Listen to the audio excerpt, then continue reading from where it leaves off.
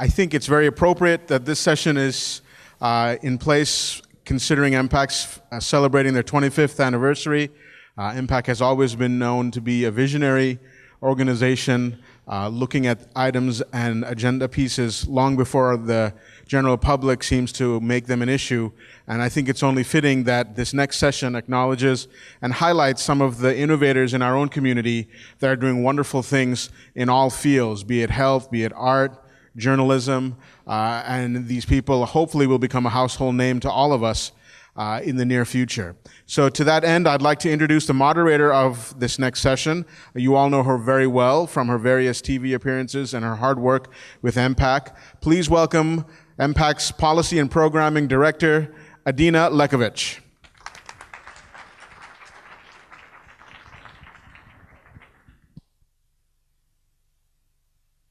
Thank you, sir. Assalamu alaikum. Okay, good, my mic's on. First of all, it is an absolute pleasure to be back with you once again at the Long Beach Convention Center for another year of extraordinary MPAC convention time. For us on the MPAC staff, this is a day that we look forward to and that we dread at the same time. We dread because we always wonder, how can we top what we did last year? How can we continue to offer something that's new, that's fresh, that's exciting, and that gives you exposure to people, to voices, to projects that you may not have heard about before. And that puts us in a unique position of having to constantly one-up ourselves. But I'm proud to say that we feel confidently that we're able to do that once again this year. You noticed during the session we just completed before lunch, tremendous new voices who are defining the face of Islam publicly and who are engaging those issues that matter to all of us. This session only adds to that. Some of you who were with us last year at the convention, we're at the All Saints Church in Pasadena for our first ever Fast Forward session. We created Fast Forward particularly because we wanted to recognize and to reinforce new voices in our community, emerging voices in our community, who were not just talking about the things that need to change, but who are rolling up their sleeves and actually working to create change, and who are having real impact in the process. That's what Fast Forward is all about. How can we fast forward into the future? And while last year we focused on the ideas shaping the future and shared young voices, some of our young leaders included among them, this year, today, we're focusing on the innovators shaping the future. Now, for the Muslims in the room, which is most of you, bid'ah is a word that has multiple reactions to it. Unfortunately, for many people, bid'ah is something that we're allergic to, the Arabic word for innovation, this idea of changing things. But that's, in most cases, only true when it comes to rituals or matters of ritual. The truth is that Islamic civilizations for hundreds and hundreds and hundreds of years has been all about innovation. Islamic civilizations have been about building new societies, building new structures, and having a spirit of innovation and invention. Without Muslim civilizations, we would not live the same lives we live today. All kinds of things that we take for granted, from hospitals to universities, to the number zero, to all kinds of architecture, would not be with us were it not for the innovation of early Muslims and Muslims throughout the centuries. Again, hopefully today is no different. I'm proud to share with you today 5 unique voices from all over the country and from very different areas of work to share with you their story, their work, and their impact, so that you can be exposed to it and also to share it with others, because these are more of the kinds of voices that we need to be seeing. They are fresh, inspiring voices who are pushing for progress. And that's part of MPAC's mantra, pushing for progress. We are looking for people who are tackling big challenges with creative and new approaches that meet the times. And we're proud that after a national search that we conducted, it was a national contest, if you will, for some of these innovative voices, and we got a ton more applications than we knew what to do with, that we selected these 5 individuals to bring before all of you today.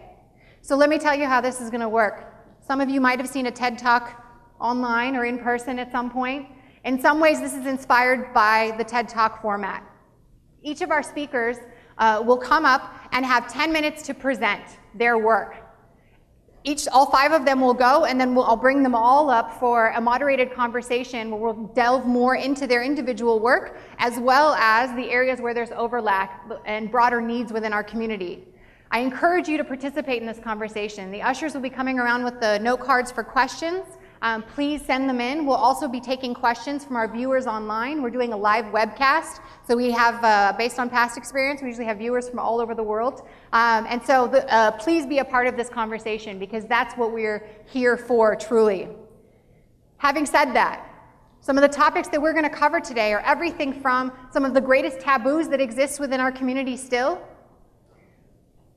different challenges to Muslim giving, the philanthropic sector within our community, and what's happening with giving in our community, political organizing, the arts, you got a taste of that a little bit earlier, but the arts and the power of the voice, and then of course, Islam itself and Muslim cultures.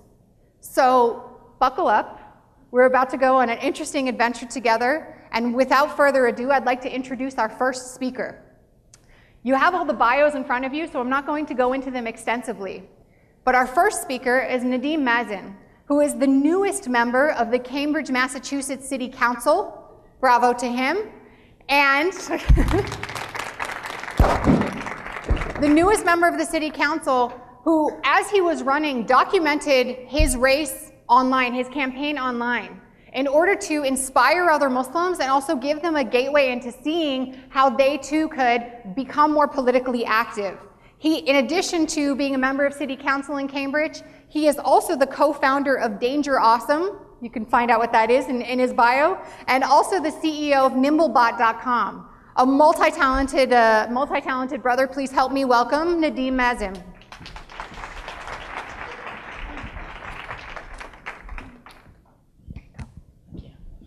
Assalamu alaikum, everybody. Rad.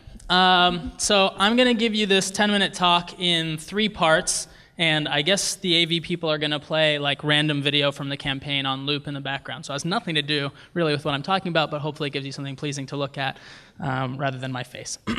Okay, ready? Part 1, everything sucks.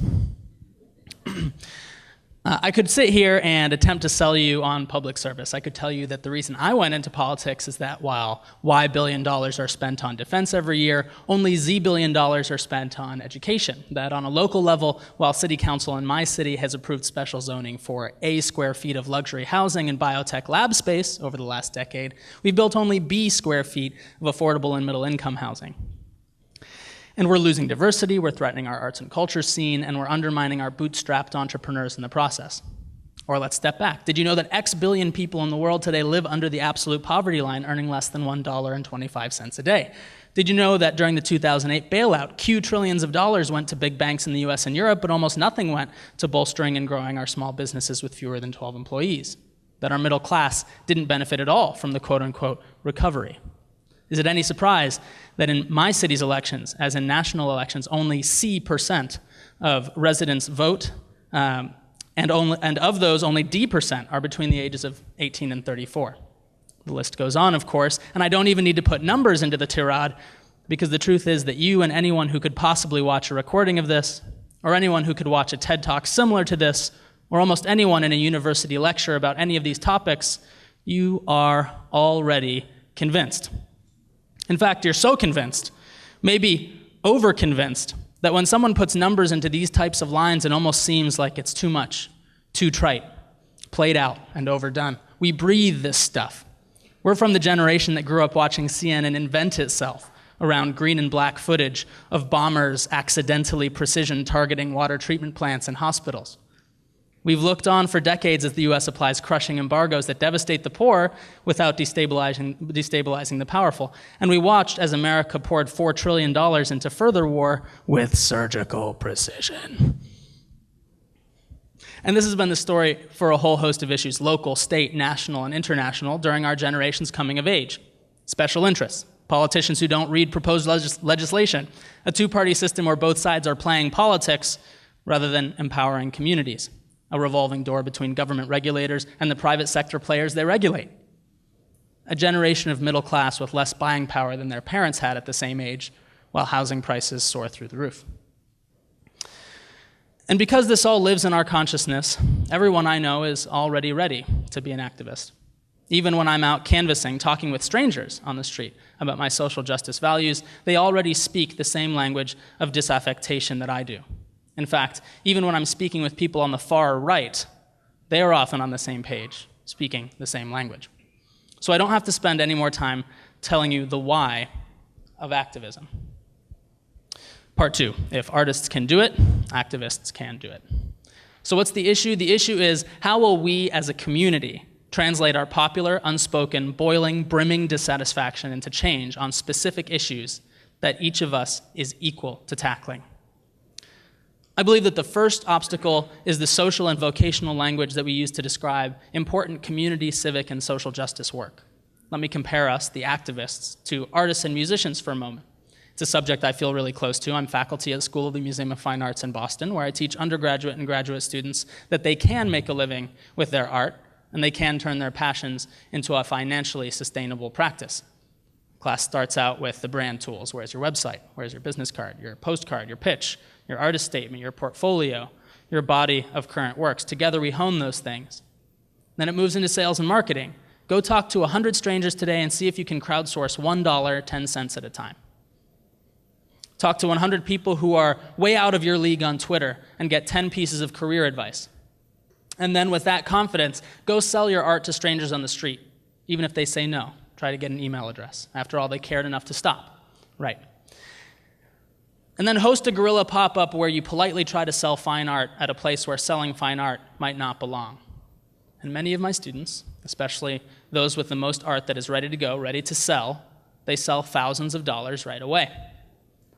In that class, in that art class, it seems like a truism that we, as artists, must nurture our practice, both our artistic practice and our business practice, every single day and for hours.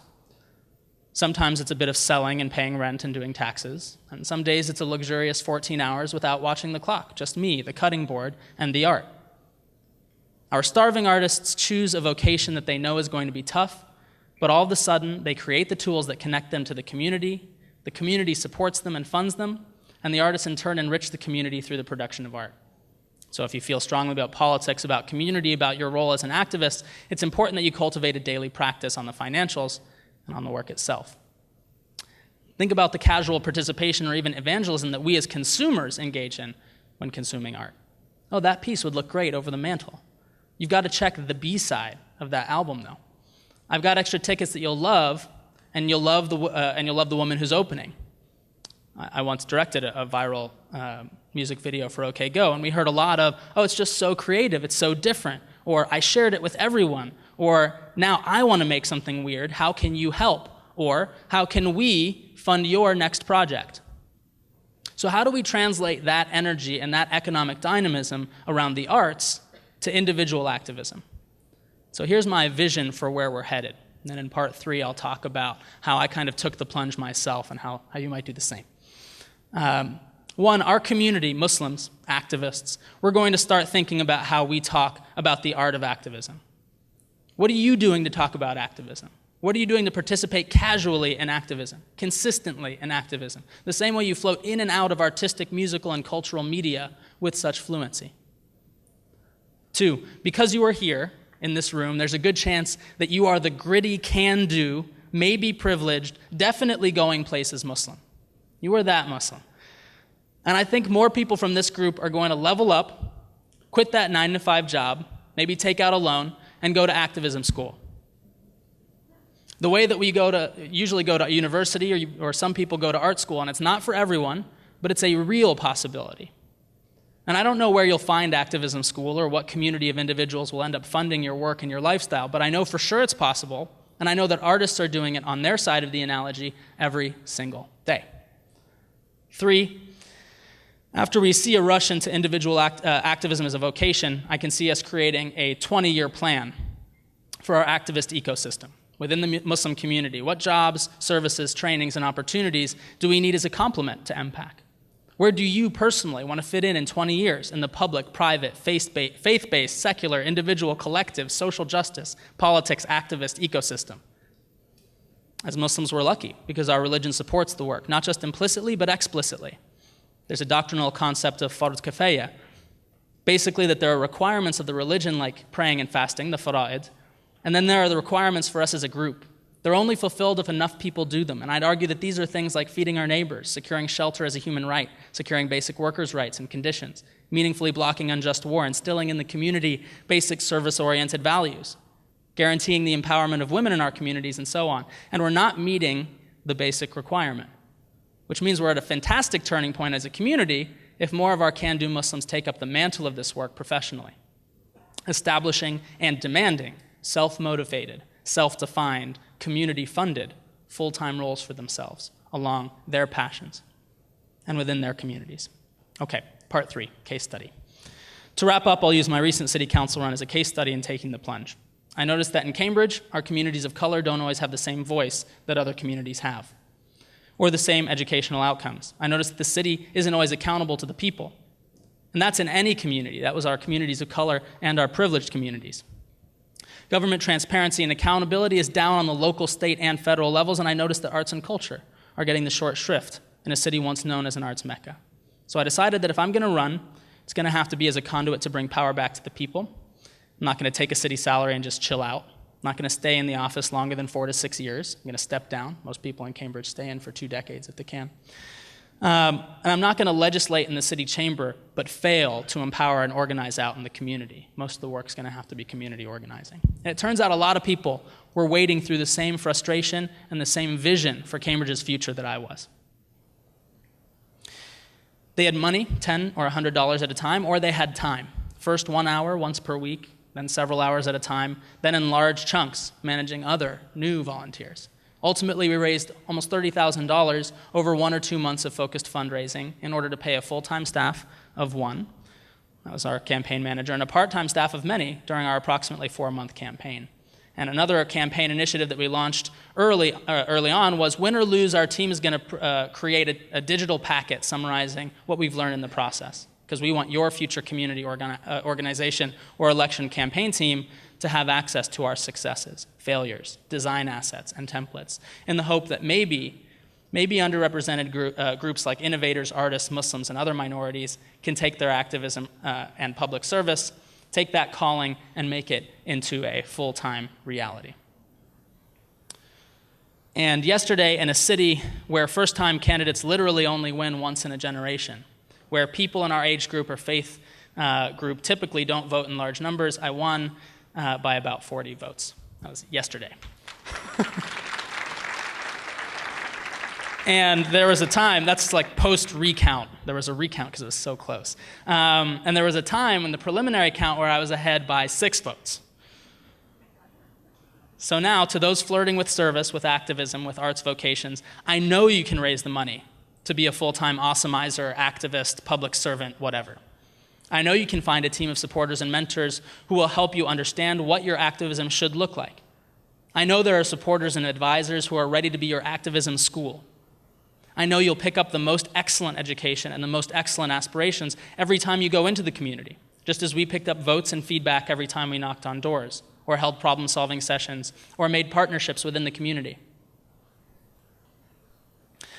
I know that our Muslim community will lead the way in social justice because I can see it in the people in this room who like to wake up early and stay out late, doing what they love, serving and problem solving.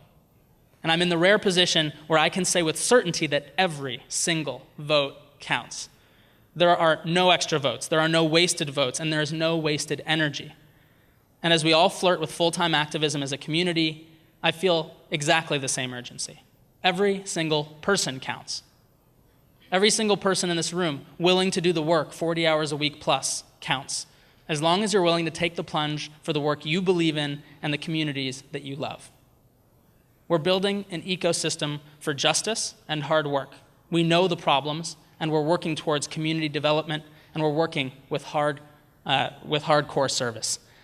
We are building full-time activist by full-time activist, and that is where we're headed. Thank you.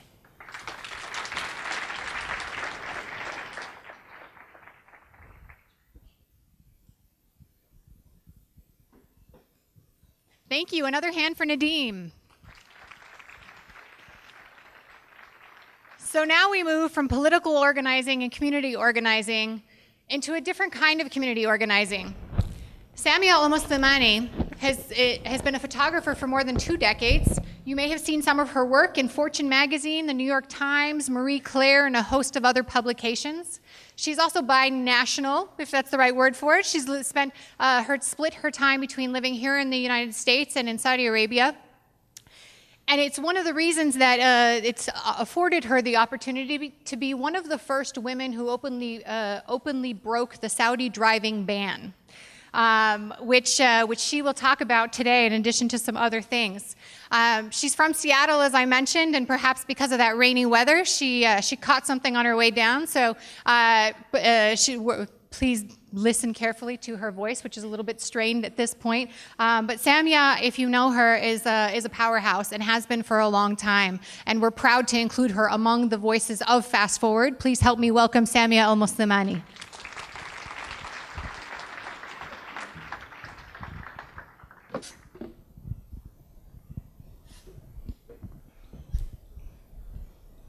Assalamu alaikum.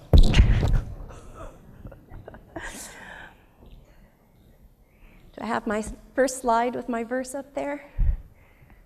And my talk's 12 minutes. I don't think it's coincidental that a divine order to stand for justice is embedded in the chapter that revolutionized and divinely empowered women 1,400 years ago. The message of freedom and equality was revolutionary at the time. It should have been a springboard for universal human rights. Instead, in Saudi Arabia, it's become an agent of limitation to the 7th century. Standing for justice is usually uncomfortable. And it's almost always not easy, and sometimes can actually be dangerous. But declining to stand for justice because of discomfort or fear is not an option. Justice may not always be achieved. Just look around us. Look at the state of the world. Things are in a sad, sad state. And so very often we're going to stop and say, what's the point? Why should I? Why should I go beyond my comfort level? It's not going to make any difference at all. And that's my message, is that regardless of the outcome, it's standing for justice that we're supposed to be here for. It's small, incremental, collective steps that we take as individuals. It was this verse, that was before that picture, that compelled me to stand for justice for myself and my family when my husband became engaged to a prominent Saudi woman and a member of the Shura Council. To silence me, she brought a lawsuit against me in the Saudi courts. And I countersued her for alienation of affection and for destruction of my family. In the Saudi courts, which are pretty well known to be anti-woman and stacked against anyone that does not have influence. In Saudi Arabia, from the time of her birth, a woman is under the guardianship of a man. In the land of God, there is no God but God. A husband is your God. The ever-present guardianship of a man over a woman is an oppressive reality. A woman can't marry, can't apply for a passport or a national ID, can't travel without the permission of a man. The travel recommendations instituted to protect a woman from the barbary of 7th century Arabia, in modern Arabia, has been turned into an electronic monitoring system where male guardians receive text messages of the movements of the women under their guardianship. treating all women as minors in need of supervision of an adult, but only an adult with the right plumbing. In this cultural context, that a woman cannot exist without a man protecting her, has allowed polygamy in Saudi Arabia to take on epidemic proportions, even though men in Saudi Arabia statistically outnumber women.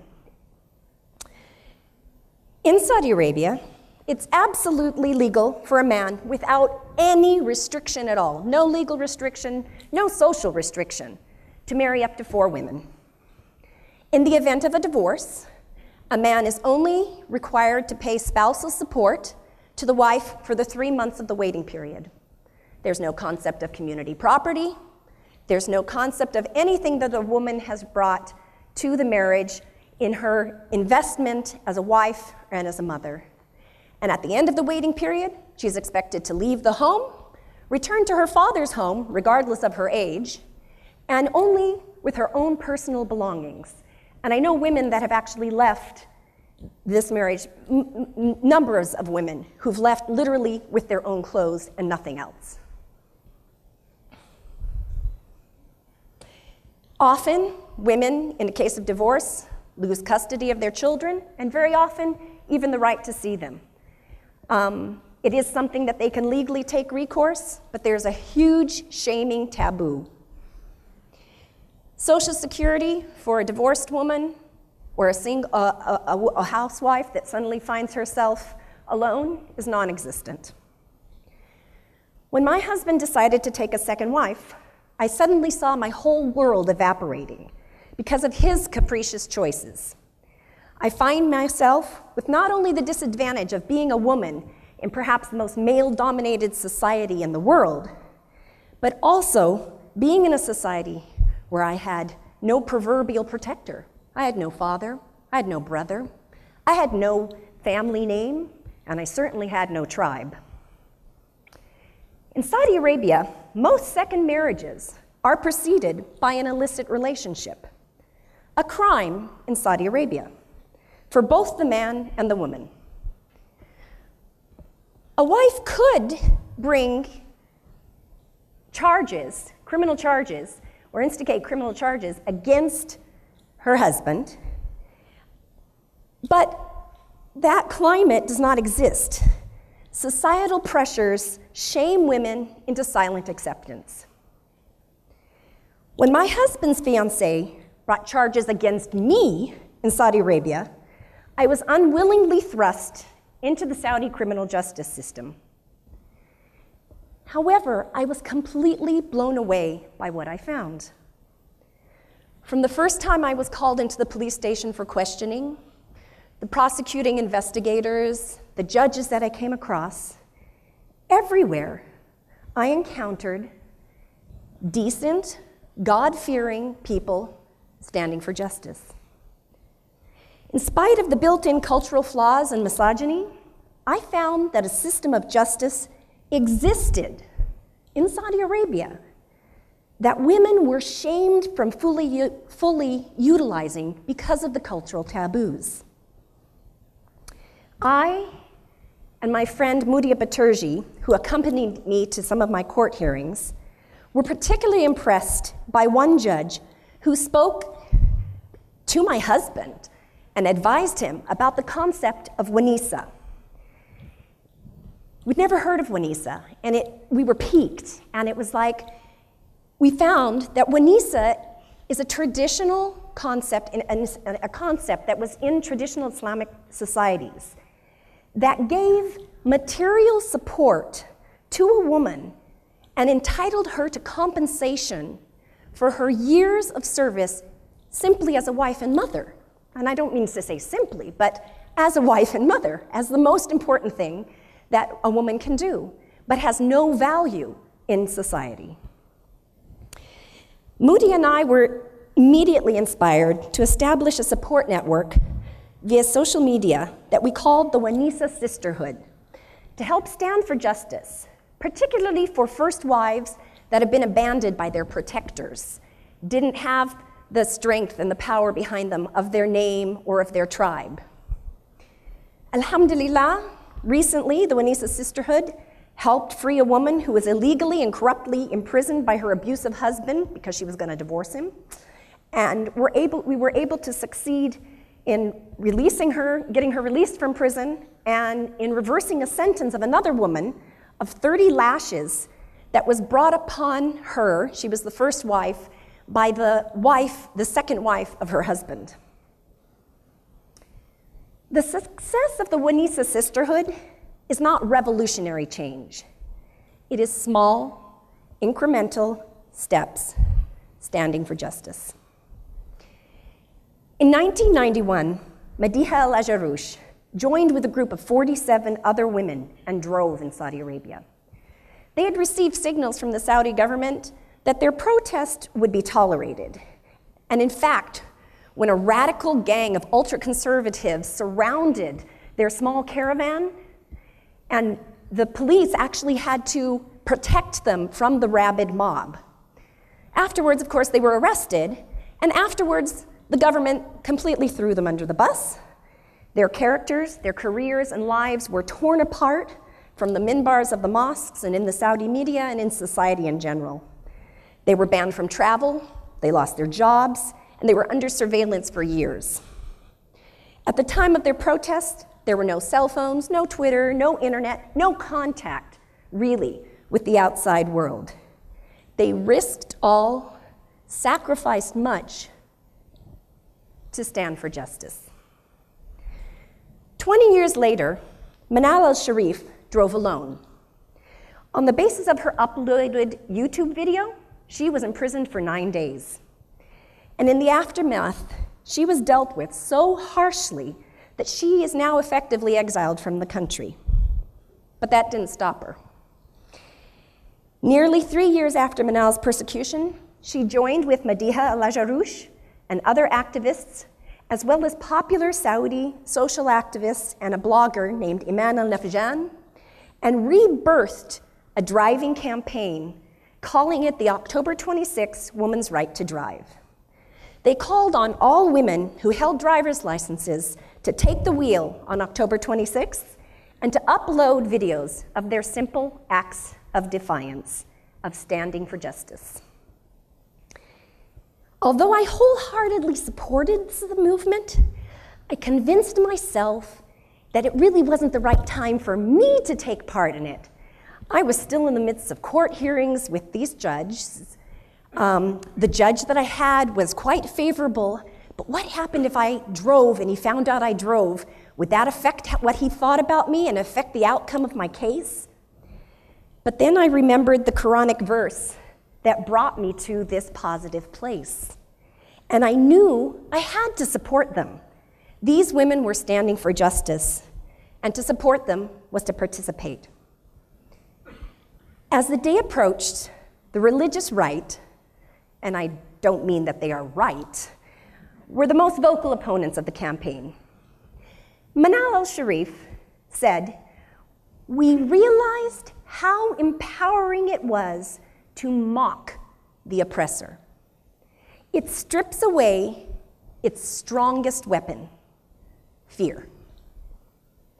Respected religious authorities made it incredibly easy to mock the oppressor.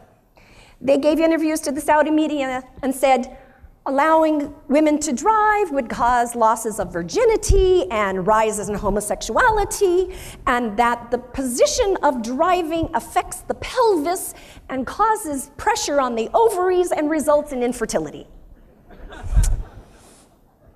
Another Saudi American, a man, Hisham Faghi, helped to dispel the fear and mock the oppressor even more when he created a video, "No Woman, No Drive," that went viral and now has had 11 million views. When October 26 dawned, I eagerly followed social media and posted my encouragement to the women who had already drove. There were no reports of arrests. In fact, there was nothing but the euphoric posts of women exercising their human rights and standing for justice. I decided I had to drive. I tried to find a friend to drive with me. There were no takers. Finally, Eva Ludman, my friend who was a journalist in the Netherlands, offered to accompany me via Skype. At 5 p.m. on October 26th, I taped my phone to the rearview mirror of my car and I drove. After 10 minutes of an uneventful drive, I turned towards home and I saw 3 police cars rushing towards me with sirens. I knew they were after me. I was stopped. A polite police uniformed officer came up to me and said, "Ummi, please give me your ID."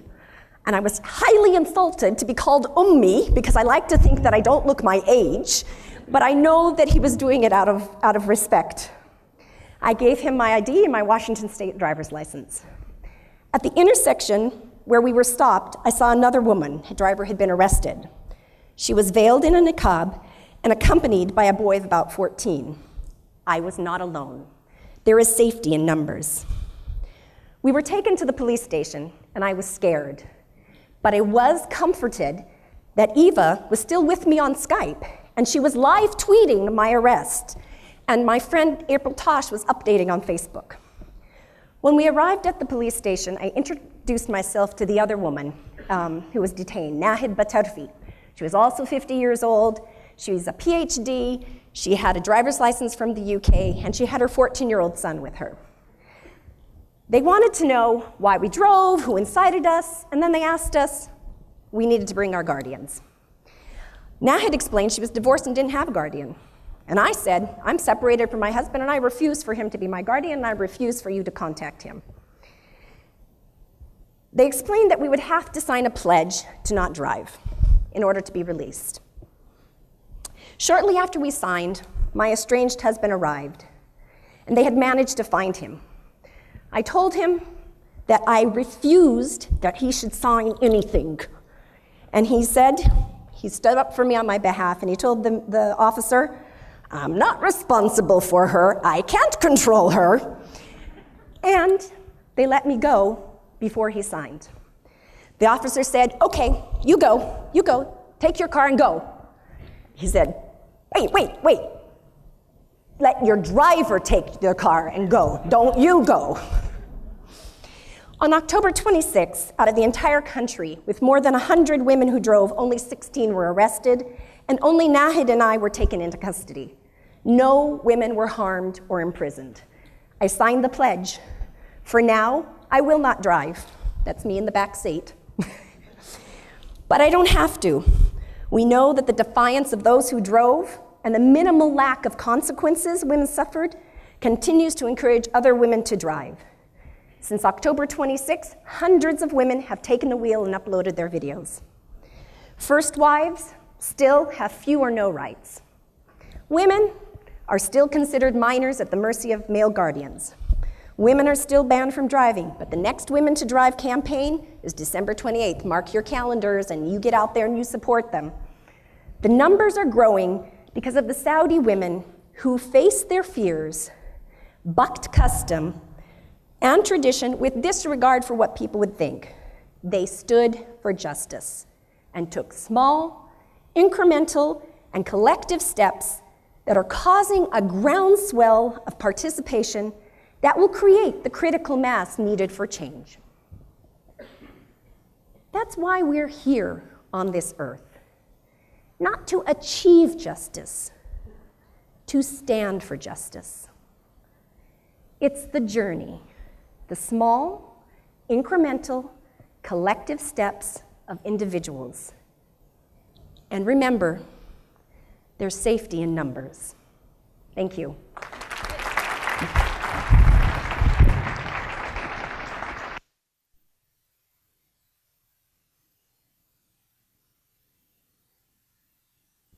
Thank you, Samia. Voices of Innovation? Yeah, it's happening. So as you could tell from Samia's story, it's a story about progress and a story about resistance. and it's a story about taboos and about agency. And our next presenter follows many of those themes, but does so domestically. Khadija Abdullah from Washington, D.C. is the founder, we got some D.C. folks in the crowd, from Washington, D.C. is the founder of Rahma, which stands for Reaching All HIV-Positive Muslims in America.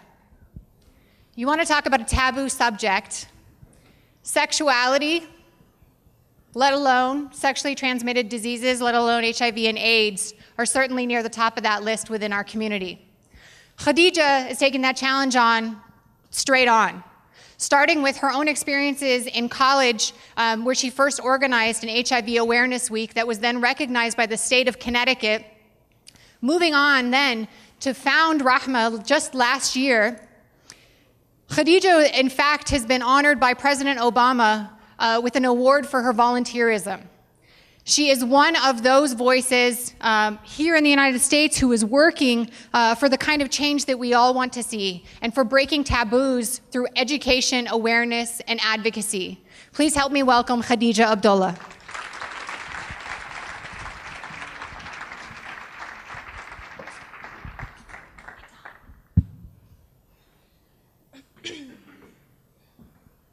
Assalamu alaikum.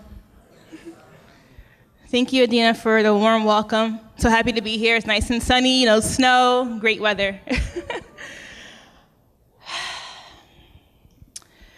When I was a little girl, I dreamed that one day I would grow up and change the world. But I had no idea what I would do. It was not until I was in my senior year of college that I found my purpose.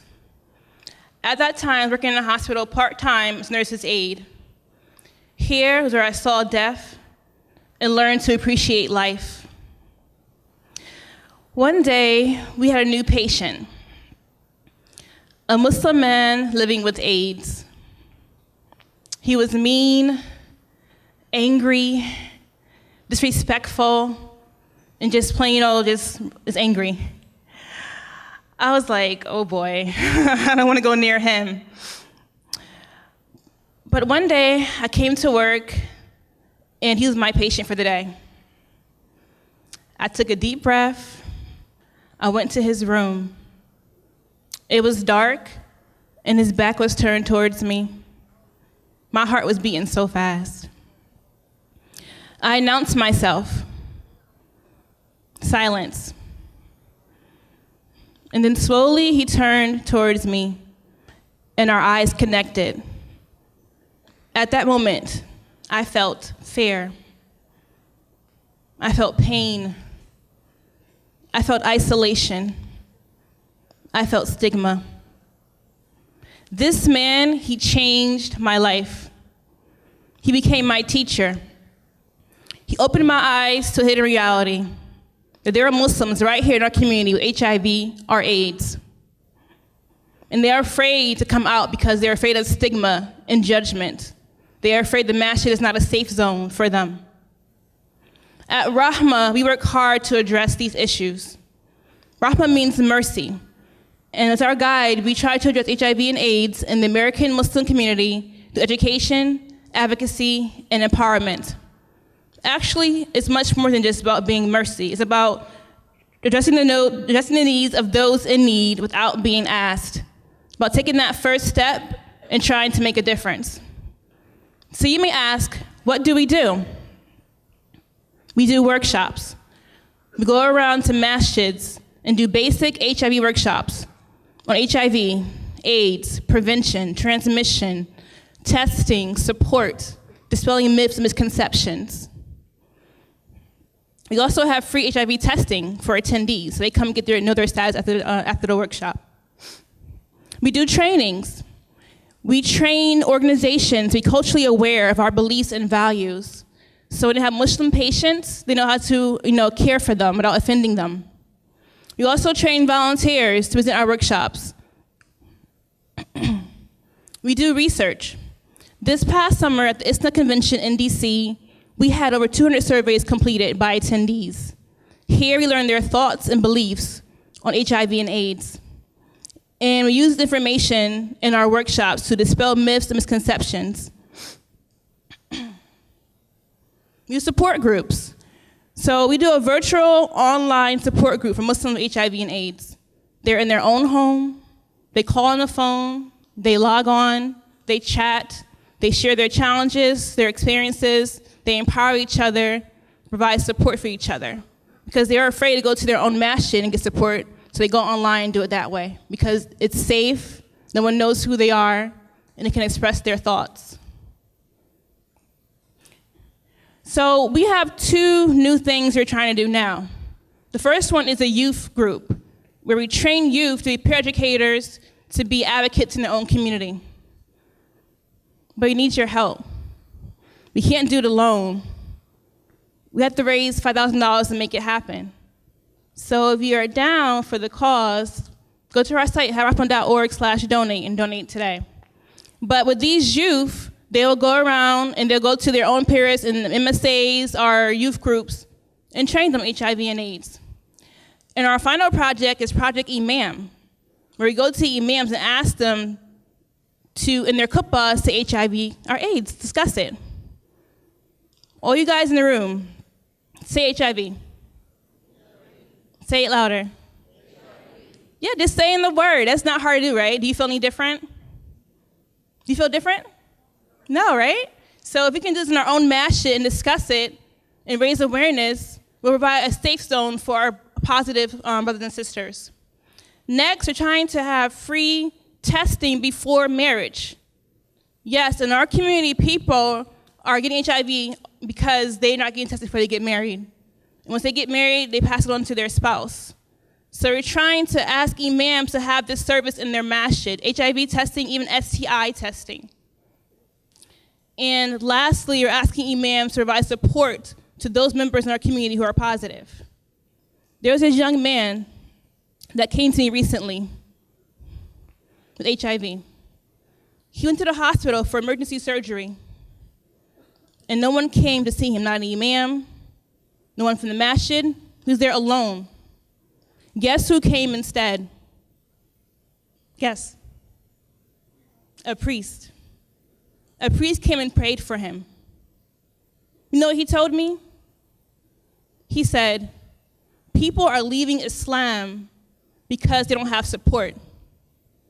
It is the sunnah to visit the sick.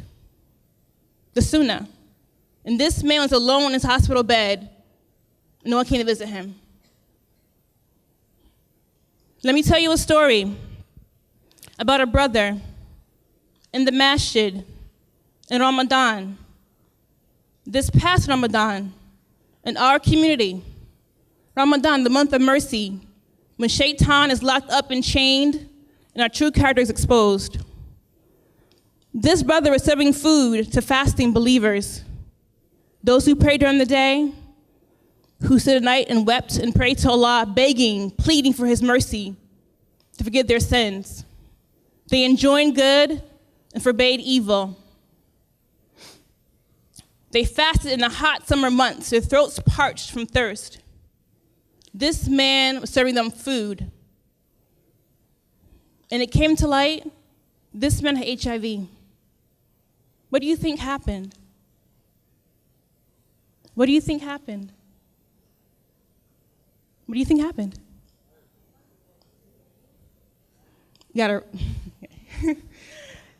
These same believers turned their back on this man. They're afraid that some way, somehow, look at HIV from a silver spoon. Ignorance is rampant in our community. HIV is not on a silver spoon.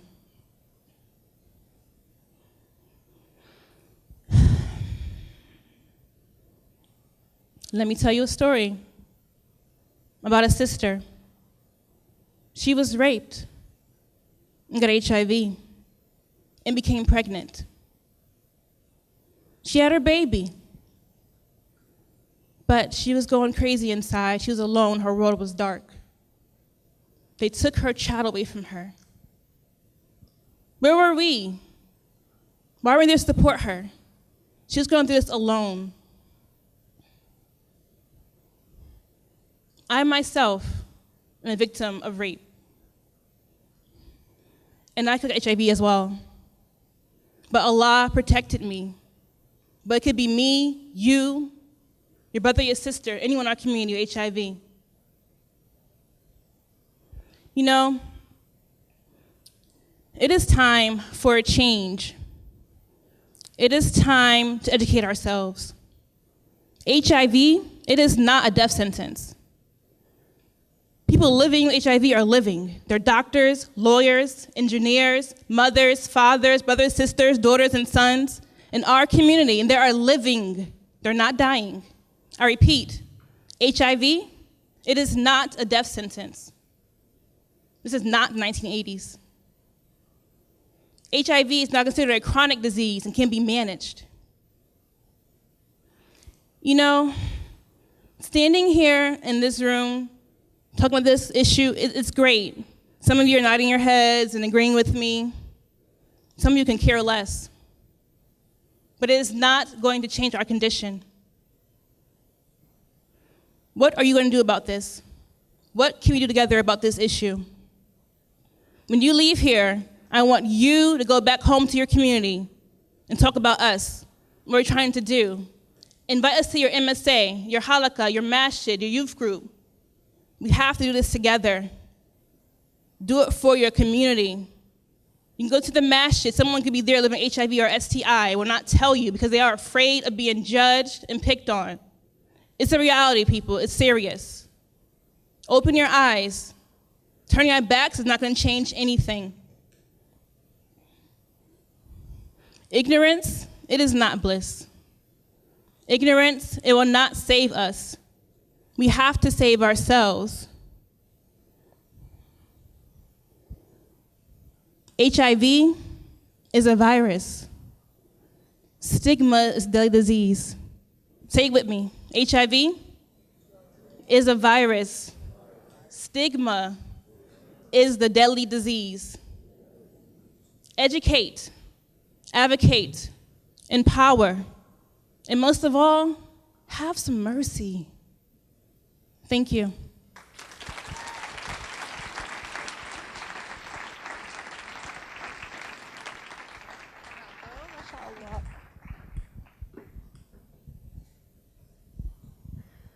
The brave and powerful Khadija Abdullah. One more hand of applause. A round of applause.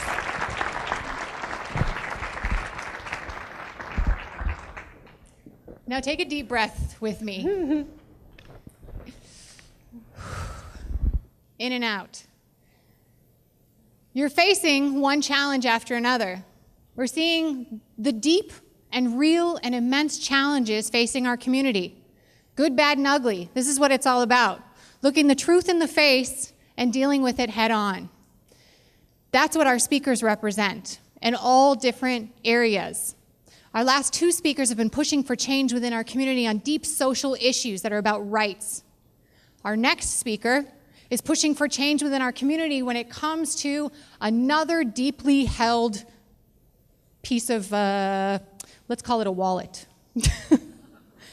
which is Nadia Roumani is looking to redefine or work to redefine how Muslim philanthropy takes place. If you know anything about the challenges of our community, you know that working to create sustainable institutions without the people running those organizations being beggars is a crucial challenge. How do we take these great ideas, how do we sustain them, and how do we organize our philanthropy? Another major challenge facing our community, and one that Nadia Roumani is well prepared for the task. Nadia, for many years I've described Nadia best as a nomad, but I have a better label for her now, which is that she's a serial social entrepreneur. She sees a problem, she runs after it. And she runs towards when other people run away. And I think that's true of all of our speakers. But with Nadia, you may know her as a daughter of this community here in Los Angeles. She's worked with a number of fabulous foundations as a program officer. She's currently a lecturer at the Stanford D School, which is what the Institute of Design is called there. It's super cool, D School. And she is applying design thinking to the challenge of philanthropy and philanthropic giving. Now, I said she's a serial social entrepreneur. She's created many projects, and another one that's dear to my heart is something called the American Muslim Civic Leadership Institute, which is about creating an ethic of leadership within our community that's rooted in skills and training. So as I mentioned, Nadia Roumani, another powerhouse, set to come up here and talk about philanthropy and how we make it better in our community. Please help me welcome Nadia Roumani.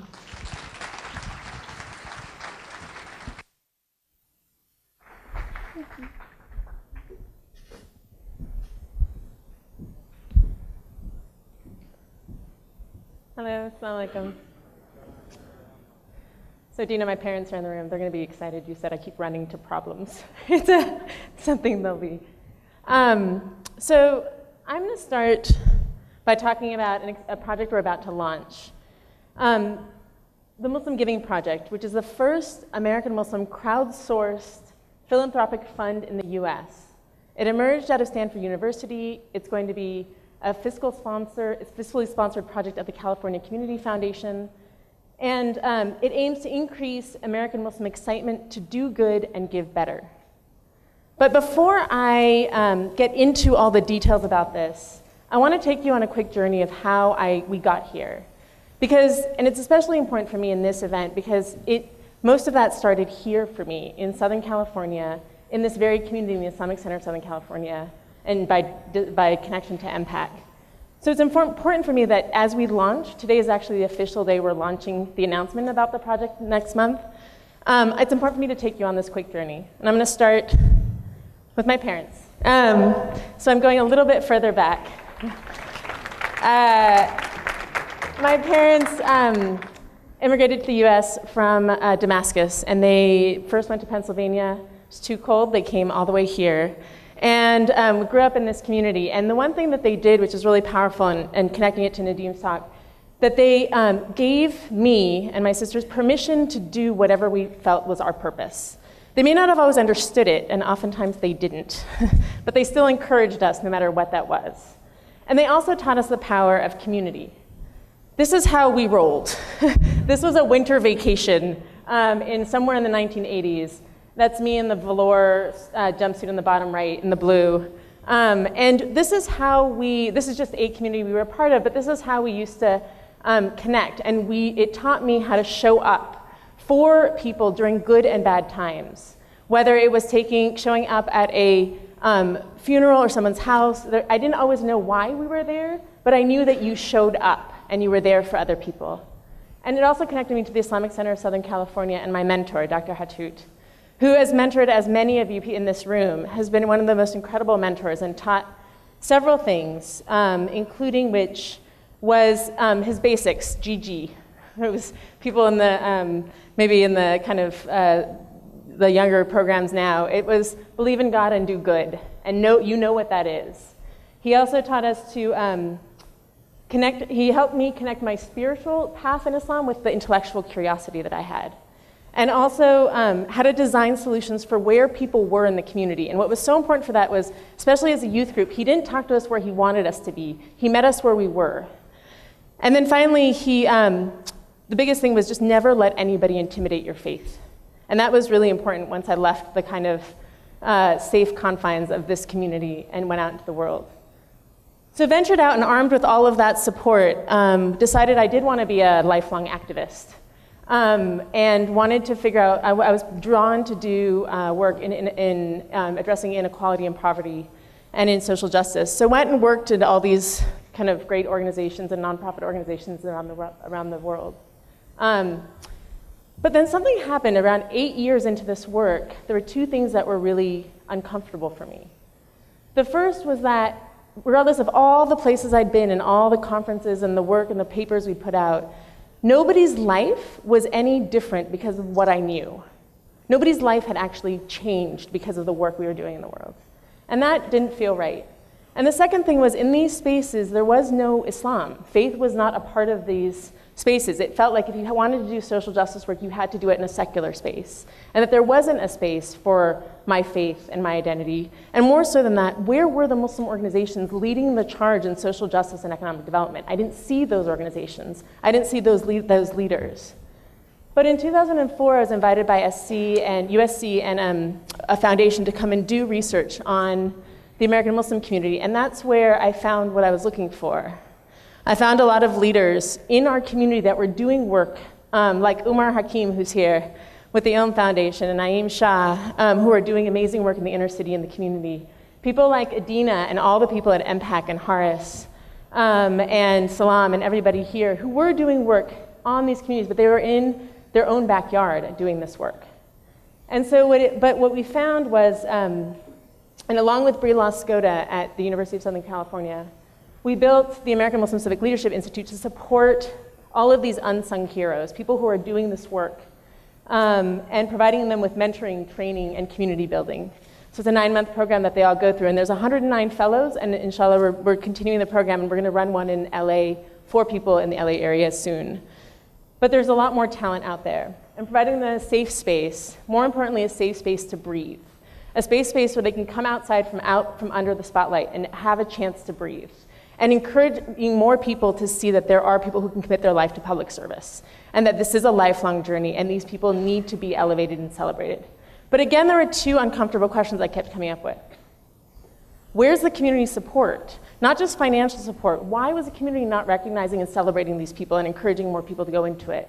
And not just that, how do we unlock all the talent? Maybe not everybody's destined to be a full-time community leader, but everybody in this room and everybody in the community, I truly believe, wants to make the world a better place. Where is that talent? So that's what I went back to my alma mater. Stanford had launched something called the D School, the Hasso-Plattner Institute of Design. And they are applying this concept of design thinking. How do you take this methodology that designers use to develop amazing products, like the Apple, like the mouse for Apple or the iPad? How do you take the same methodology they use to create amazing products and services? How do you take that and apply it to really messy problems? So basically went about this process. And this is a process that connects to really identifying who your user is, gaining deep empathy for them, helping define and uncover the need, not just the explicit need, but the implicit need, and designing for them. So in January of just this year, went back and then I put together a team of students, a multidisciplinary team that we started with a law student, education, product design, user interface design. Started with them, all Muslim students that wanted to really build something deeper. We started by interviewing Muslims, and these aren't focus group or market interviews. These are deep empathy, ethnographic, kind of anthropological interviews.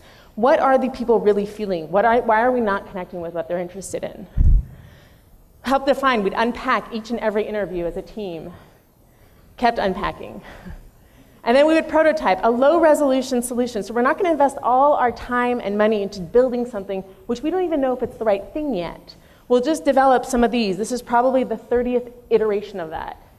And then we'll test it. We'll take it back to the people we were working with, and we'll test it and see whether we're on the right thing. And in doing the testing, we'll also gain more empathy. We'll design. We keep testing. We run some events, run some workshops, keep testing. And this is about how are we not just assuming we know the answer. Oftentimes when there's a problem, the way we've been taught, and especially the higher you go in education, your job is to put your head down and solve the problem. When the reality is the best thing you can do is walk out your door and talk to somebody. Unpack what their problem is, understand what their needs are, because you usually might have an assumption of what that answer is, but the real expert is the person you're actually going to try and design for. So we're excited that next month, we are going to be launching this platform, which will allow us to try and increase people's excitement around giving and around doing good. We built the partnership. It's going to be a fiscally sponsored project at the California Community Foundation, and we've just received a small seed funding grant to help us get off the ground. And what it is basically, what's exciting about this is this also is not just innovative for the Muslim community. This is really fun because this is actually pushing the foundation world ahead, because this is where back end of a foundation where you vet ideas meets the front end of a crowdsourcing platform, which foundations don't actually do. So you will vet organizations and then showcase exciting projects of organizations like Rahma, like MPAC. We'll where American Muslims can make secure donations and track their giving. And then they can provide project updates to the donors. So a little bit of like a mutual fund meets a foundation kind of thing. And we're going to continue to run an MGP lab where we keep identifying innovative solutions to these challenges that we looked at as unlocking people's talent and their potential. So that in 10 years, our vision, and hopefully if we keep going in this direction, that American Muslims will feel more connected to the organizations that represent them and to the causes and issues that they care about. That you'll have community-based organizations, again, like MPAC, that are building a wider base, not just all of us that have experienced it here in LA, but also that getting them even more visibility in other places where physically they may not be able to go. We have a more vibrant and exciting charitable sector that is allowing people that it is more diverse and it's actually reflecting the diversity of the community. And that we have launched new ways of giving that go beyond the zakat, our donation boxes in the mosque, which look very sad sometimes. We need to make them more exciting. And beyond the annual fundraiser. And that American Muslims are not just in the public sector, they're also leading innovation in the public sector. We're excited about this launch, and we ask you to join us. There's a couple ways how you can. Go to our site, themuslimgivingproject.org, and sign up to receive updates. Sign up to be a tester if you want. We love testers. And sign up to just be a part of this growing community. Help us get off the ground. We're going to run a small December fundraiser just to expand our platform. The bigger our platform, the stronger we can support all the organizations across the country that we want to showcase. Submit if you're a 501c3 or know a good 501c3 organization, a nonprofit organization. Have them submit their projects and organizations. And then bring your talent. What we have found, and the biggest thing I can say is in this process, our community has such incredible talent that we're not tapping into. The kind of talent that has emerged in helping us build this is absolutely mind-blowing. This is our growing team, and we're growing very quickly in the sense of just people who are showing up and want to be a part of it. Invite you, if there's a space you think or this excites you in some way, please join us because we would love to work and bring your talents into this, and everybody brings something very different. And I just want to end with my last 30 seconds. I really want to end by just saying thank you to especially this community in LA, to my parents, to ICSC, to MPAC, to Dr. Hatoud. It's one of those things where it feels like, when you I don't know if you guys know, but if you get an Oscar or something, you dedicate it to someone. I feel like all of this work to me is, I dedicate it to the community where it came out of. A community that taught us how to nurture community, taught us how to take very courageous steps and make very bold moves if we felt it was important enough to do, and that wasn't afraid of what the consequences would be, and that we would find allies along the way.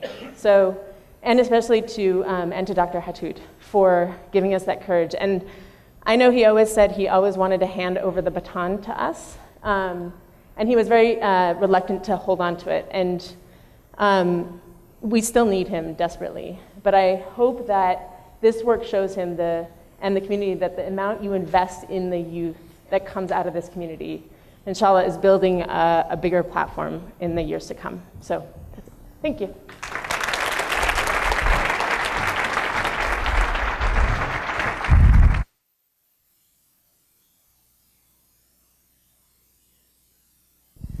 Thank you, Nadia. So, sure, another round of applause.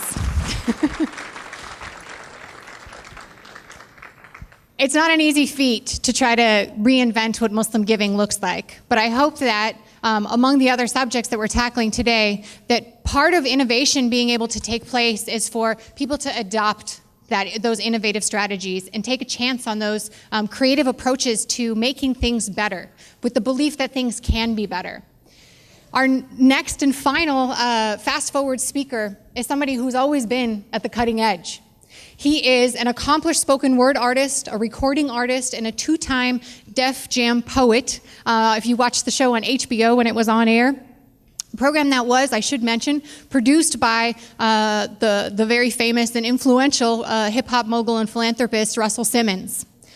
We recently honored Russell Simmons for standing up for and with American Muslims, and for also promoting and supporting American Muslim artists with extraordinary talent. Amir was one of the performers at that event and has performed at a couple of other MPAC Hollywood Bureau-related concerts and events in the last couple of years. And so we're tremendously pleased to have him here today, because what his story shows and what he is all about is sharing your story, fighting invisibility, fighting silence, so that we stand up and tell our own stories, share our own stories, and claim our own lives and our own future in the process. He just recently released his second studio album.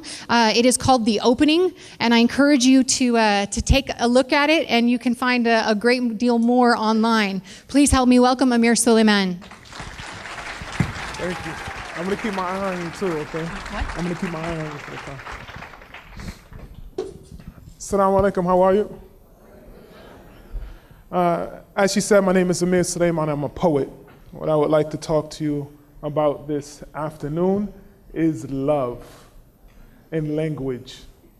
But not just love as an emotion or as something necessarily ethereal or something this unknown that we're all chasing. I would like to talk about love and language as a technology.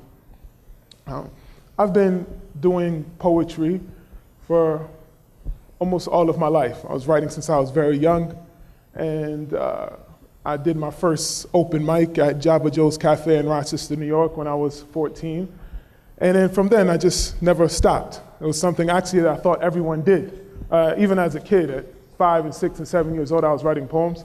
And I thought that, people went to school, you watch cartoons, you play football, you write poems. I thought it was something everybody did. But it turns out it wasn't something that everyone did, that it was something peculiar that I did. But that being peculiar didn't cause me to shy away from it. That made me very excited, because I was like, I'm special. So I kept writing these poems. As my life as an artist grew and my life as a poet grew, it took me into all kinds of different places. With different people of different races and religions, other countries. And some of the poetry that I'm most known for is this really kind of, it can be rather intense and even controversial.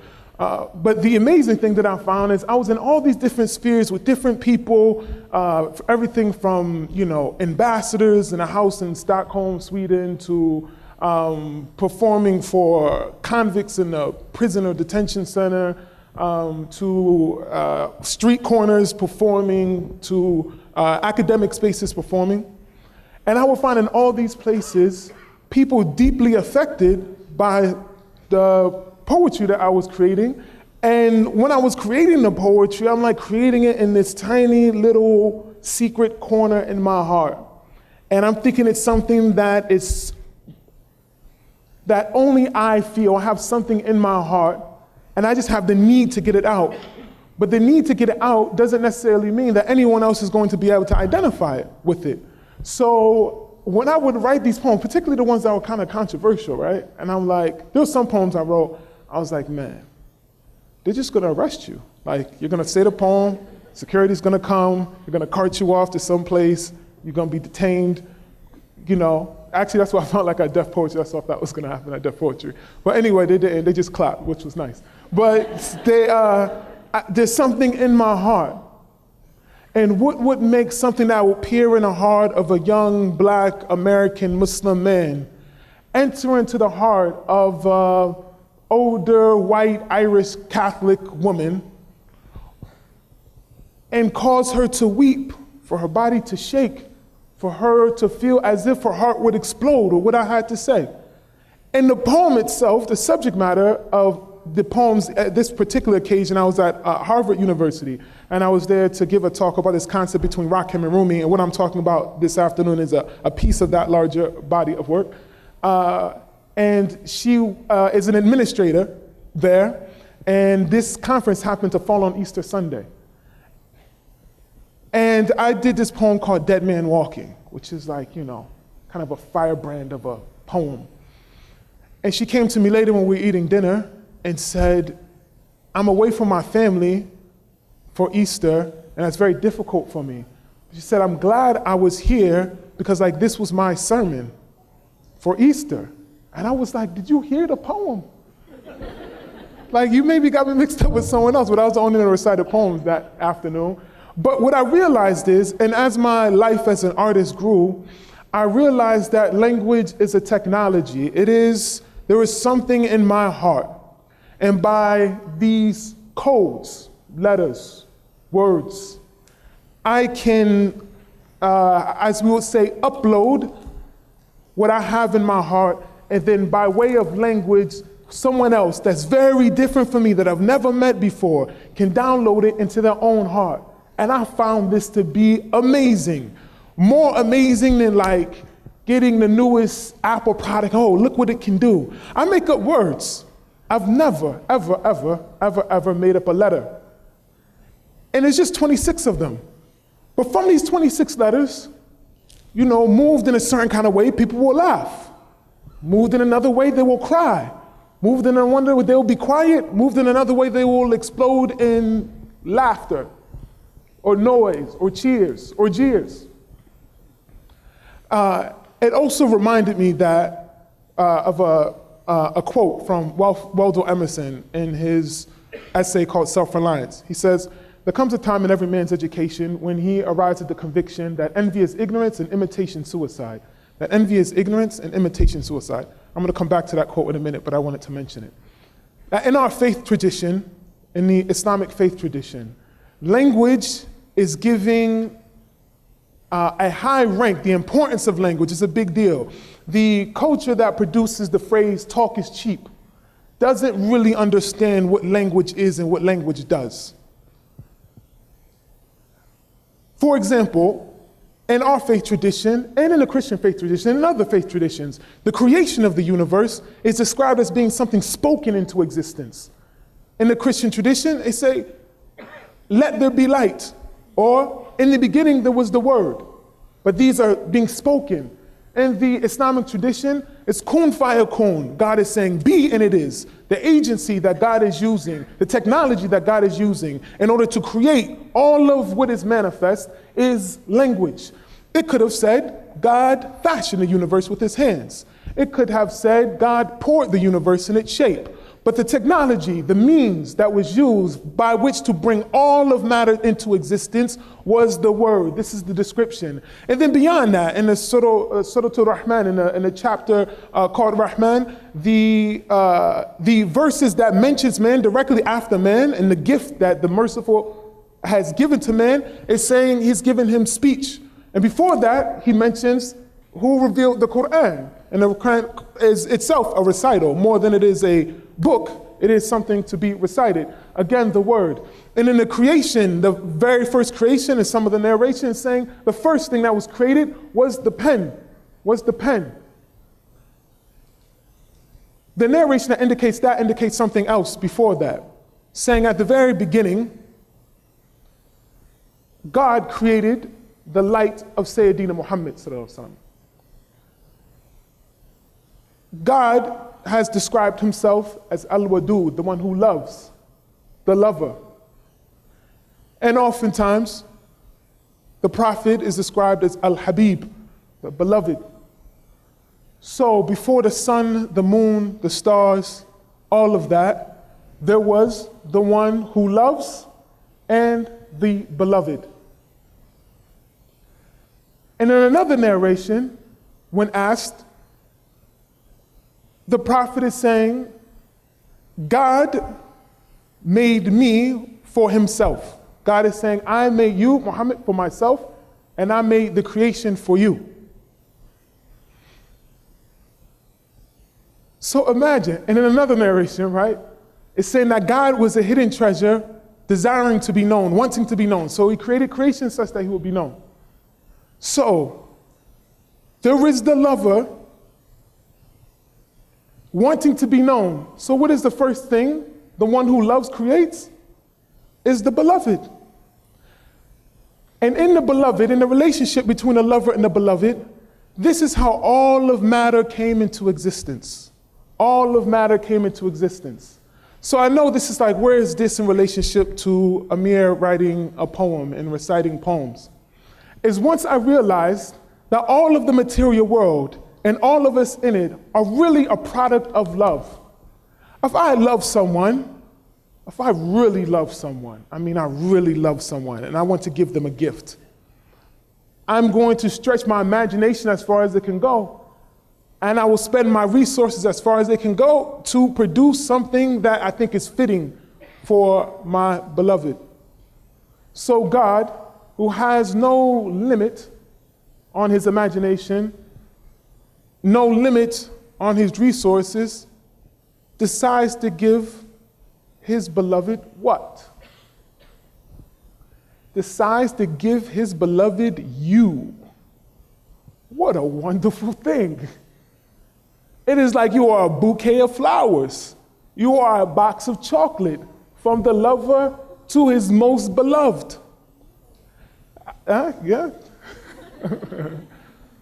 So what I realized is the agency as I wanted to perfect my art.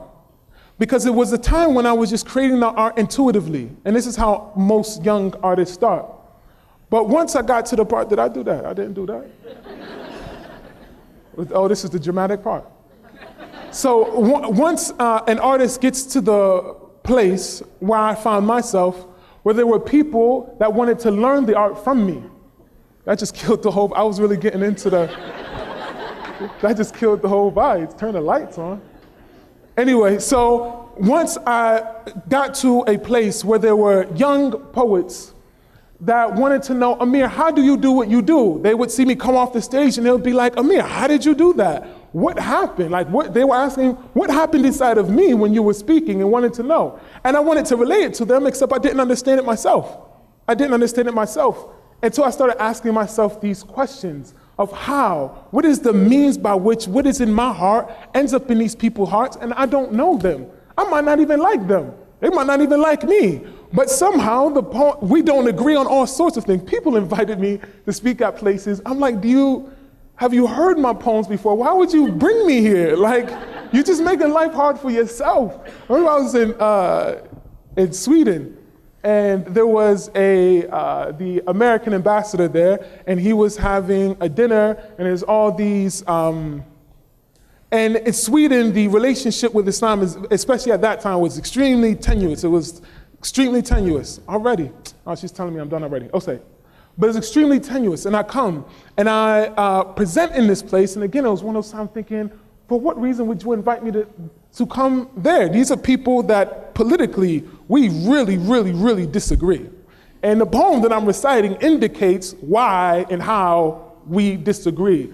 But yet, in the same way, there are tears and our hearts open, and we talk and we laugh and we eat together. And again, the agent of technology. So using love as a technology and using language as a technology to, as the last speaker was presenting, of creating empathy, for it to be a means, and just in the way that we process it, to be a means by which our hearts can leap into another heart, or another heart can leap into our own heart. That the whole universe, and even in the word universe, we have uni and verse. It's one word, one poem, one song, universe.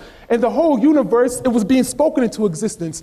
I'm a poet. I write poems. If I was writing a poem, and then I'm going to finish right after this thing. All right, so if I write a poem and say the third line of the poem wants to be the seventh line of the poem.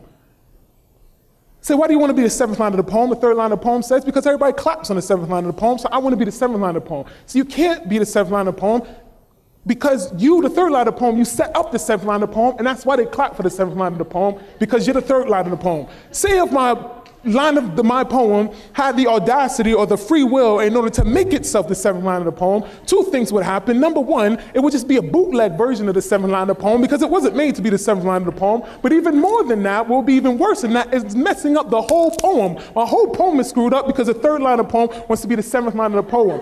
So what I realize is that the universe is, we are all a metaphor. We are all a line of poetry in this grand universe. So as Waldo Emerson said, that envy is ignorance and imitation is suicide. It is absolutely crucial. It is crucial. It is crucial for you to be yourself. And this is your contribution to the grand universe. And maybe that third line of the poem says, I'm only 3 lines. What's the big deal? I mean, I'm only 3 words. What's the big deal? It doesn't know that I've lost sleep over those 3 lines. I've been thinking about those 3 words for weeks, I can't do other things because I'm thinking about these 3 words, how many syllables they are, and all of this, right? He doesn't think himself important in the grand scheme of things. He doesn't know that that line is referencing some 78th line way down the way, and he has to be perfect in the 3rd line. Those 3 words are everything to me. Likewise, in the grand scheme of the universe, you being yourself is what makes the universe beautiful. You make the word universe beautiful, but you have to be yourself. And by way of that, for us to be ourselves, this is what makes the love making, the engagement of putting my heart inside of your heart inside of my heart, by the technology of love and the technology of language, is what can make us realize more clearly and explicitly that we are one in the universe. Thank you.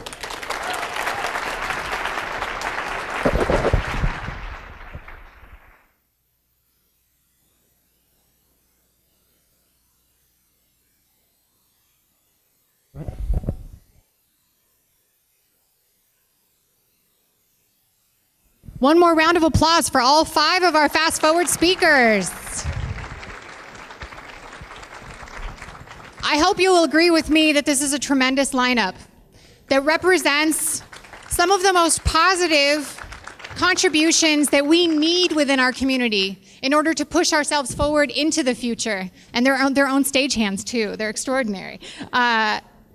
We have a limited amount of time for questions. And so I want to encourage those of you who, if you have questions, to write them down quickly, and they'll be sent up to me.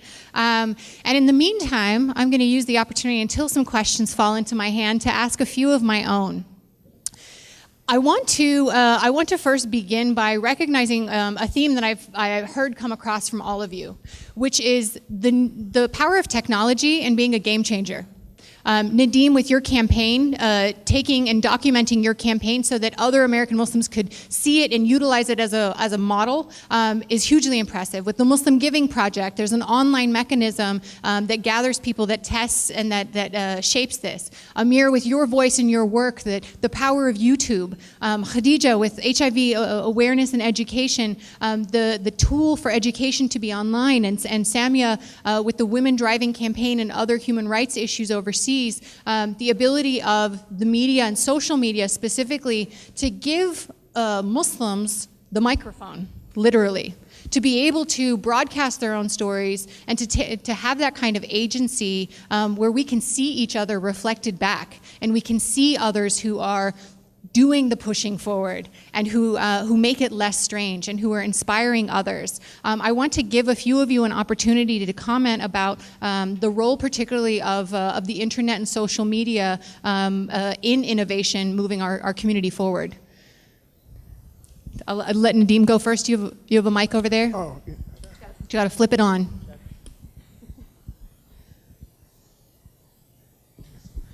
So actually, this is a part of my talk that I usually give one talk. I tried a new talk today. So the talk that I usually give starts out with the fact that almost, many of the people in this room, if not everyone, have hundreds or thousands of people who they're friends with online, connections with on LinkedIn or Twitter or Facebook.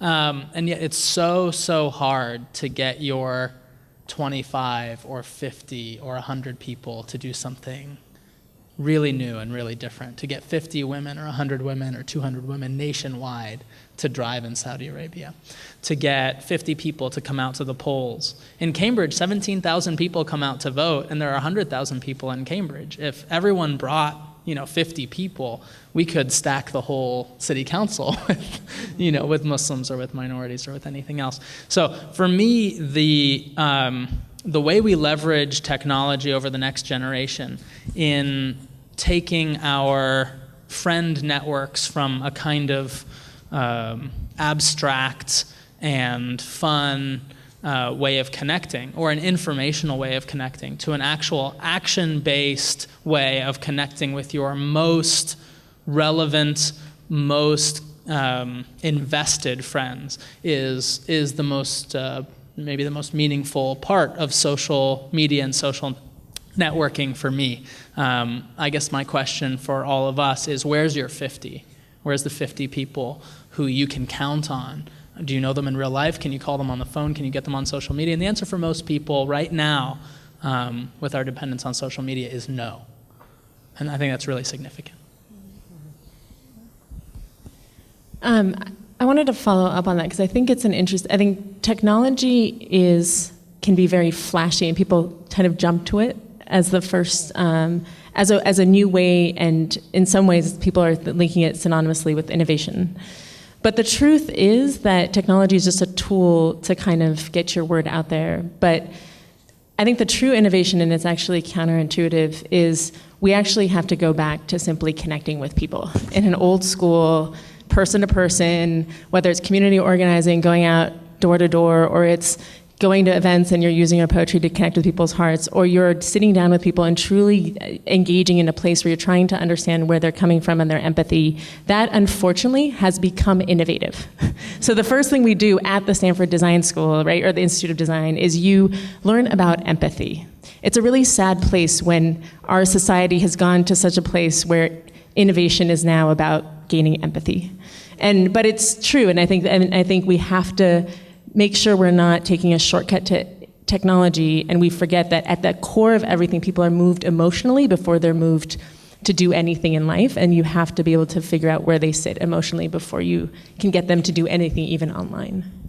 Thank you. I'm going to jump right into an audience question, if you'll go along with me. The first one is for Samia. Two related questions. One person asks, who or what initiated the Women Driving campaign or day? And the second one is, have you researched the statistics of how many times women fail or succeed in court for criminal cases against first husbands, or success in custody battles? For the driving campaign, it was a grassroots movement. It was people that had taken individual action that came together via social networking, people that didn't necessarily know each other, that were in different parts of the country, and worked together. There wasn't any set plan, and it really was just a campaign. It was just an encouragement to go out and take a stand, not to have a protest, not to necessarily, just to take a stand, and by simply taking a stand, normalize something that should be a normal activity. No, I have not done research. It's been anecdotal. There has been some research that has been done. As you're probably aware, the actual implementation of custody law is a very strict interpretation, which in Saudi Arabia, for the most part, with almost no space for any wiggle room, gives the children are with the mother for a very short period of time, and then they are given to the father, and if not to the father, very often to the mother of the father. So as far as the child custody, and this is what I wanted to express. There is this huge, great taboo of going to court, of fighting in court for custody. And we just make assumptions that that doesn't exist, that there isn't a possibility. And that is what I found, is that when you get to court, there are people, there is a justice system that is ready to sit and listen to you, albeit they may have a certain slant, but they're ready to stand for justice. And so it's actually standing and getting people the support to go ahead and take advantage of the justice system that exists. Thank you. This question is for Khadija. Somebody here is asking, can you expand on how and what resources you utilize to create and establish Rahma? I use my ideas. So last year I served in the AmeriCorps in DC, and I wanted to help people, more so my community. So I was thinking about how I can do so, and my passion is HIV and AIDS, and I met Muslims that are positive. So I sat down, talked to some friends, and asked them to help me out with this, endeavor. And we formed Rahma. We have a board of 5 members: myself, Asma Hamid, Kareem Amin, Sarah Bounce, and Shahid Haq. And we came together, and we had this organization. We became a corporation within a few months, and we applied for nonprofit status. And then went out there into the community and asked massages to come out and do workshops. And they said, okay. And then I formed partnerships with local community organizations in my community, and they came out and they offered free testing. We don't have much money because, again, we are fairly new, so we're all volunteers, but we believe in the cause. So we're just working hard to, inshallah, make it work. On a related question, Khadija, for you, is this person asks, as a Muslim American living with HIV, what advice would you give to someone who needs that family support? I don't have HIV. So I'm not sure if you're asking me personally or are you asking in general. But personally, I don't have HIV, but I empathize because it could have been me. But for those who are positive, and what's the last part of the question again? The last part of the question? What advice would you give to someone who needs support from their family? I mean, you can tell them or not tell them, it's up to you. I mean, again, it's a very stigmatized issue. So if you're not ready to tell them, then don't tell them because it might backlash on you. But try to find support in your community. Like try to find support groups or resources that can help you learn about the virus and learn how you can live healthy with the virus and get on treatment as soon as possible. And inshallah, with Rahma, we're trying to definitely start a conversation about HIV so we can go to the masjid, inshallah, one day and talk to the imam about it. If your imam's open now, definitely go for it.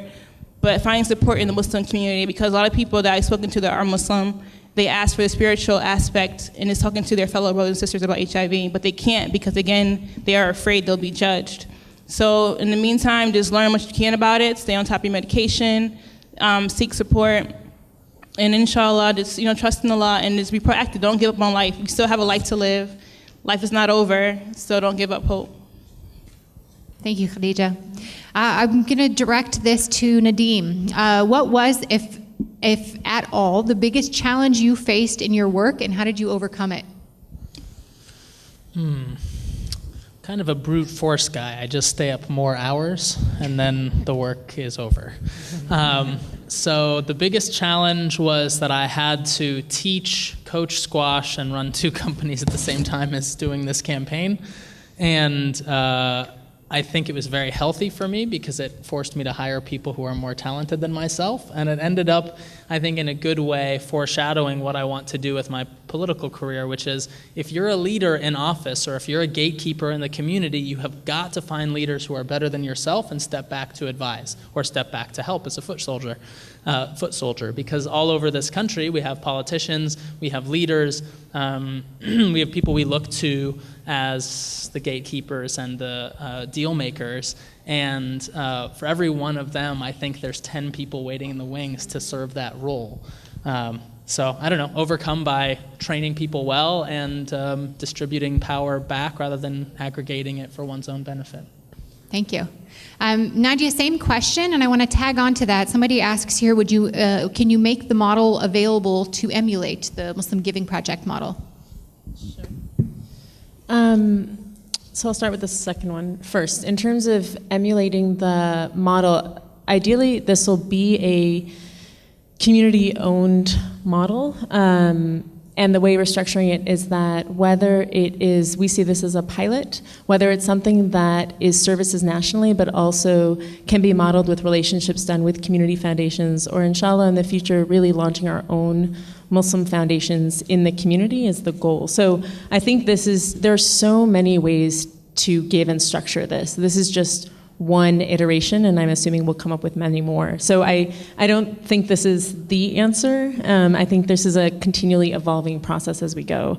But again, others that want to emulate it, we'd love to work with them. But I think more importantly, what I'm excited to help people do is emulate the process, because I do think the process is truly transformative in building much more successful initiatives. And in terms of the challenge, can we give that to someone else?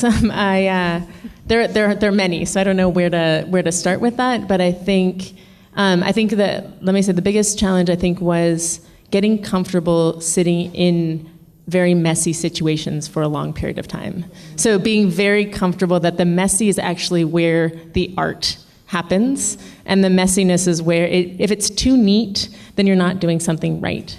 So it actually, when you push the edges, our amicably kind of motto is, our goal is to push you to your learning's edge and to your edge of your comfort, so the only way out is to think. And so if you're in a space where you're pushing that space and you're getting comfortable, I think the challenge used to be I used to want it to be really pretty, and I think getting very comfortable where the messy is actually where the fun is and is where the learning is has been my learning. Follow up briefly? Just very briefly, in the tech sector, we say fail fast. And I'm sure you say that in the design side as well. It's you got to get in there and you've got to fail as quickly as possible. It's less costly and it leads you to your next success almost immediately. So, thank you for that. All right, we're about out of time, and the stack that I have in front of me all says the same thing. Can you ask Amir Sulaiman to perform a poem? That's a setup. Yeah, I've got the questions to prove it. But if you would so do us the honor, it would be a beautiful way to close. And while he's thinking, I want to make a social media plug that if you're not already, I know you're all on Facebook, I know you're all on Twitter, and you're probably on it right now, to utilize it and to use our hashtag MPAC Convention while you're doing it.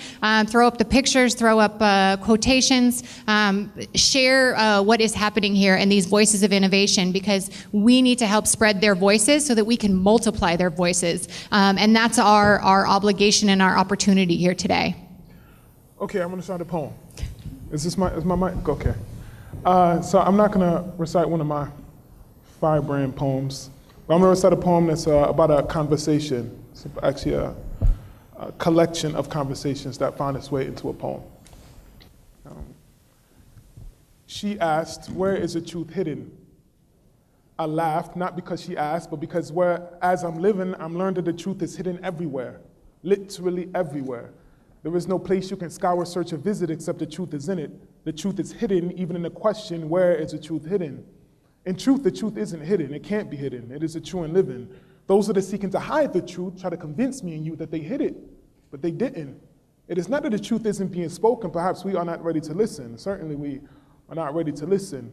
And you may be at home in my poem, and if not, you may just visit. And if you can't visit, maybe you shouldn't listen. I mean, my poetry isn't for everyone. It's no navy blue Yankee fitted. In fact, it's highly acidic, enough to burn through the mind of a critic. Why be a cynic? When we're moving beyond the speed of light, there is no difference between time and distance. Such I'm both here and there in the same instant. For instance, I am both man and infant, both devil and angel. I am both the witness and the witness, both monk and misfit. I am the medicine in this sick. And if you would like to know what the truth is, and I wrote the answer to access to the 7 senses, and I told sis, hold this close to your heart until your soul sits still when the summer solstice. She said, I can't keep my soul still, it's hard to hold my focus. She said, I've noticed that I can't seem to focus on any real goals, I can only focus on what's closest. She said, how do you know what your goal is? And I said, I don't. How does one save the souls of the soulless? An eviction notice, stapled to the heart of the heedless, souls left homeless, no place to reside in, so they hide out and slide in the bodies of 2-eyed men. So my lyricism is an exercise in exorcism, but the exoteric call it esotericism. I learned jihad from Rumi. The Sunni call me Shia, the Shia call me Sufi. The feds say I have WMDs for what I do with the loose leaf, because what I do with the loose leaf make devils lose sleep. And I don't care who's on whose deen. I follow the one who ascended the 7 heavens and lands on 2 feet. And it may be too deep, but it is only by his light that you can see through me. And if by his light we have sight, then what is the meaning of day and what is the meaning of night? And I would like not to say that I'm living at night, but I'm living very late asr. Innal insana la fi khusr. Rough translation, I'm a loser. I aim to block his light, yet claim to follow his sunnah. The truth is, I wish I could sing so I could mask the bitter truth with sweet melody. Unfortunately for both you and me, I only know how to speak straight. With direct diction that doesn't allow for mistakes. She said, but you speak so whole, why the beat breaks? It's so ill, it's so real. I said, it's so real, but I'm so fake. But she said, you sound so sure. I said, wow, that's the point, I'm not sure. I'm barely afloat in a sea without shore. And if you see what I saw, then you would certainly know that certainty without flaw is often delusion and no certainty at all. And when it is certainly certainty, it is like the drunken monk, a man so on a square looking at any moment he will fall, but he never falls. And at that moment she paused and began to recite Vagabond. I was surprised she nearly memorized my whole poem. She said, if I'm a traveler in this world, then where do I find home? I say, just keep your nose to the grindstone. Tell your mind to never mind the unknown. This is why I rhyme like the Spirit of God is in my poem, because in the beginning there was the Word, and before that there was the unheard, the unseen. There is nothing past but the present. There is nothing past the past but the present. Just as the moon begins with a crescent, it seems that way, but in that there is the lesson. The whole moon's always present. The whole moon's always present. The whole moon's always present. The whole moon's always present. The whole moon's always present. Sallallahu alaihi wasallam. Thank you. Thank you. Thank you.